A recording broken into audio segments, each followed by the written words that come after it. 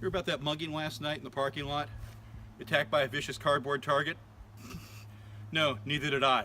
It's human beings that attack other people, not cardboard targets. So, why do we train with cardboard targets? Yeah, the target's got the cis cell target. You got your A zone here, your B zone, so you can kind of score the targets and understand how you hit things. But it's not what's going to fight you, no more than this dueling tree is going to do things. Great for speed of accuracy. Great for long range, old school scoring, the bullseye target. Distance and immediate feedback. The steel's great. But this gives scoring for a game. But this isn't going to attack me. Somebody looking like this guy is what's going to attack me. What we constantly train for with this is shooting skill. And this is great for building shooting skill. But in a fight, what you should really train for is about 1/3 shooting, 2/3 fighting. A lot of this is tactics, moving around, but it's conditioning your brain. Up front here, Dave, Bob, Sarah is going to think on through things, and is your analytical portion. Back here, your caveman, Grog or Grogette, that's what's going to go to a fight. So Grogette's trained with a cardboard target or a steel target, or where she had a bullseye target for thousands of repetitions. He didn't train for a guy with a knife looking at you. Or you get these really clever targets where we're like, oh, I'm going to try and teach you how to think as you shoot. So we'll shoot at the blue. So we shoot blue. We shoot orange here. We shoot number 2. We shoot number 1. So we go back here. So yeah, I shoot blue. Great. I shoot orange. If I'm attacked by geometric shapes or some of the primary colors, I'm good. How about I shoot him in the right eye? We give him. How about left wrist? How about just shoot to the chest? And it's a real person's chest I'm shooting.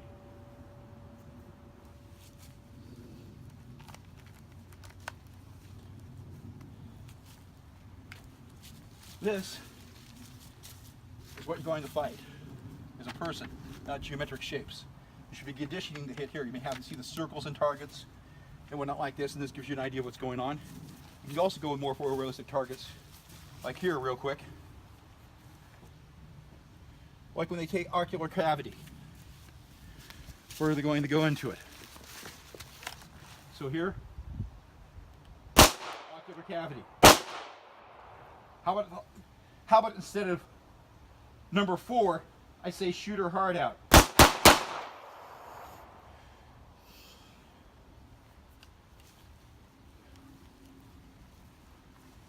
Is that more realistic training for the fight? So, does this give me an idea of how to train for a fight? Or does my cardboard target again give me that things? Or here, we can add more things into it. We get preparatory commands like drop the gun, drop the gun. You give them a couple times to drop the gun. Then, if you're trained here where the heart and ocular cavity is, heart, ocular cavity. This gives you something you can give feedback in a couple seconds to it. Have a buddy set you up and working out commands on you. Over here, yeah, we got a target. It's more of an odd angle, so it's not exactly that straight A zone where we're knocked off to the side. And if I miss here, I'm hitting a bystander. So negative feedback. Or, what's cover and concealment?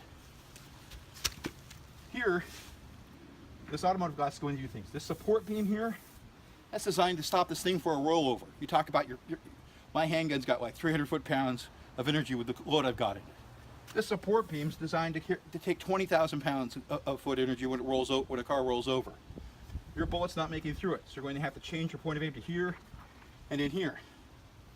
So this gets Grog to think instead of number 1, number 2, orange, circle. I can't shoot through here, I have to shoot here. Another target. This thin metal door is not going to stop bullets. So I have to visualize where his body is here for my A zone targets, right, don't I?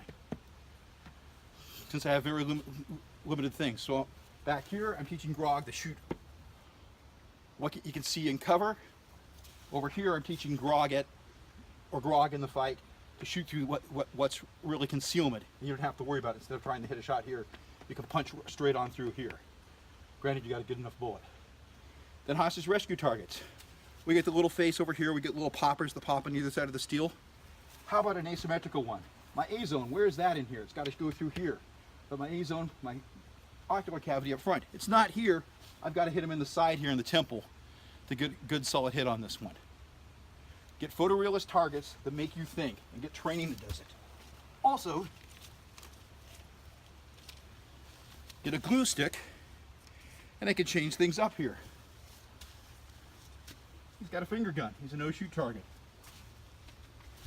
This guy is a drunk in a beer can. You'll see that in daylight pretty good. This gets dark here, and you're doing this with a white light course, and I got 4 targets up here. 3 of them are shoot targets. Buddy with the beer cans, a no-shoot target. Over here, instead of him flashing the gun, you got several targets like that. He's a badge, no-shoot target. Also, like we have the knife back there, get the idea that hammers can be a threat. The gun can be a threat. The knife can be a threat. Get a baseball bat set up. All these can be lawful threats. All these are realistic targets where I'm not doing my forebrain here on the geometric shapes or shooting the A zone little targets. I'm shooting what look like real people. I'm conditioning myself to shoot people. Like the military conditions you to shoot people and dehumanize things. You're humanizing your targets in some way. But start learning how to figure out where I have to shoot on each target. My paper targets are great, you know, from a few feet on back. They give you that realistic thing. It's not the same as a three-dimensional body when you're shooting it up close, specifically for muzzle contact. Or like that.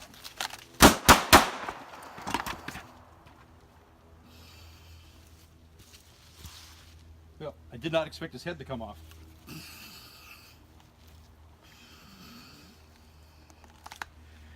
It's better to have three-dimensional bodies, as you can see with this, stuffed with rubber. I also got this the same way I got the paper targets.